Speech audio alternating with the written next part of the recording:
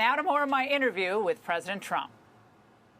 So you're going back to Butler to finish that speech, to give another speech. I'm going back to, it's interesting to finish it. You say, and now to proceed continued, from to where... be continued. Yeah, I mean, Why? Why it's do a you... very interesting way of looking at it. I mean, I think that's, you know, I think I've said that was a good idea. It's a good idea. Why? I think it's important symbolically. I don't think we should be stopped by somebody that has severe mental problems or whatever his problem was. You're going to do rallies outside. Yeah, I'm going to do rallies. A lot of predictable backbiting and media pig piles on your vice presidential choice, JD Vance. They're stereotyping him as some, you know, out of control, you know, knee-jerk, you know, conservative, you know, et cetera, et cetera. But some of it's coming from Republicans who I think want to go back to the days of open borders and perpetual war. How do you expect to use him in this campaign, and what can you say to our viewers tonight to reassure them that this was an excellent pick? Well, first of all, he's got tremendous support. And he really does among a certain group of people that like families. I mean, you know, he made a statement having to do with families. That doesn't mean that people that aren't a member of a big and beautiful family with 400 children around and everything else, it doesn't mean that a person doesn't have, he's not against anything, but he loves family. It's very important to him. He grew up in a very interesting family situation, and he feels family is good. And I don't think there's anything wrong in saying that. Now, they took that as an indication that people that don't have families, look, I could see... It's an easy opening, right? It's so crazy. Easy. But I know so many people, they never met the right person, male or female, they just never met the right person. They're unbelievable. They're every bit as good as anybody else that has the most beautiful So what do you say family. to women out there watching?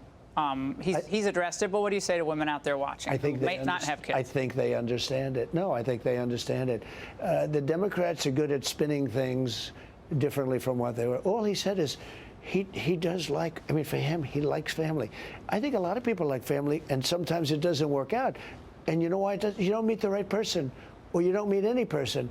But you're just as good, in many cases a lot better than a person that's in a family situation. But they took it and they spun it differently. When you listen to his words, you know, you helped me very much when you analyzed the what was said in Charlottesville. And what I said was perfect. But they stopped it after the first sentence. Classic. They didn't put the second sentence and the third sentence. And you were actually very helpful in that. You were the first one that picked that up.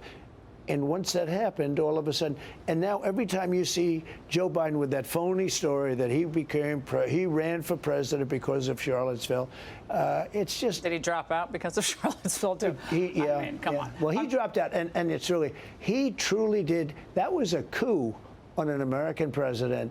And Obama doesn't like him, and he doesn't like Obama. Do you believe that reporting, that Cy Hirsch reporting that Obama basically through various channels, maybe even directly to Biden, said, "Look, Joe, you either leave or, you know, they're going to use the 25th Amendment." We'll do it the easy way or the hard way. Right. Some version of that story. Yeah, do you find that plausible? That's what happened.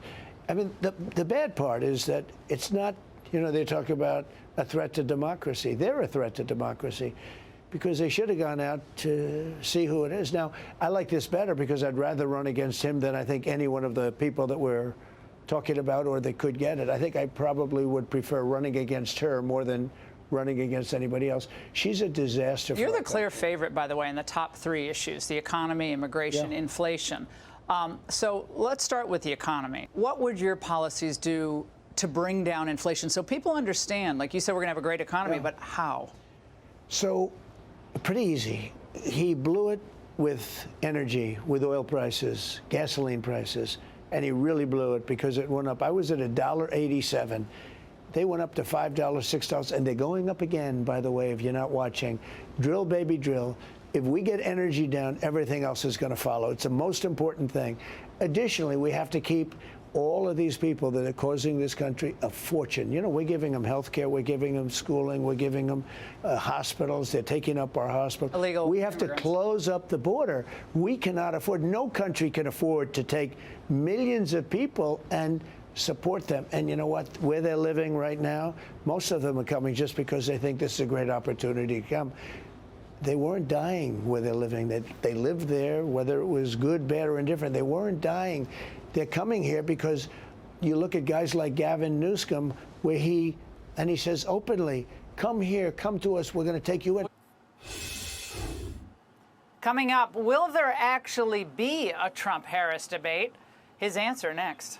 Click here to subscribe to the Fox News YouTube page to catch our hottest interviews and most compelling analysis. You won't get it anywhere else.